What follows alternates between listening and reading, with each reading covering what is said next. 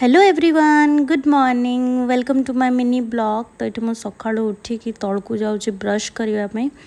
Brush कर सारा पर मोर ये डिटॉक्स वाटर आणिक पीऊँगी जोटा कि मुझे डेली पीए। तो ब्रेकफास्ट आज आमर होता पोहा जोटा कि मुझे बनाऊली बहुत टेस्टी होता। खाई सारापर गाधे आसिक ये मोर स्किन केयर करवा स्टार्ट कर देछि।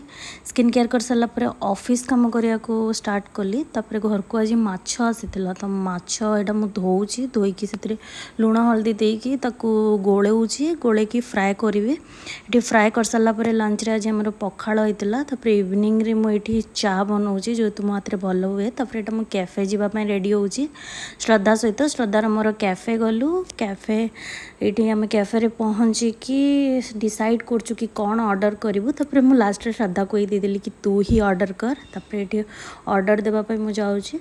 सो ऑर्डर आसला बेले आसला भितर आम दी जन कि फोटोज और वीडियोज क्लिप नहीं गलु। सो यहाँ आम खाई घर को रिटर्न कलु। So that was my day. Thank you for watching.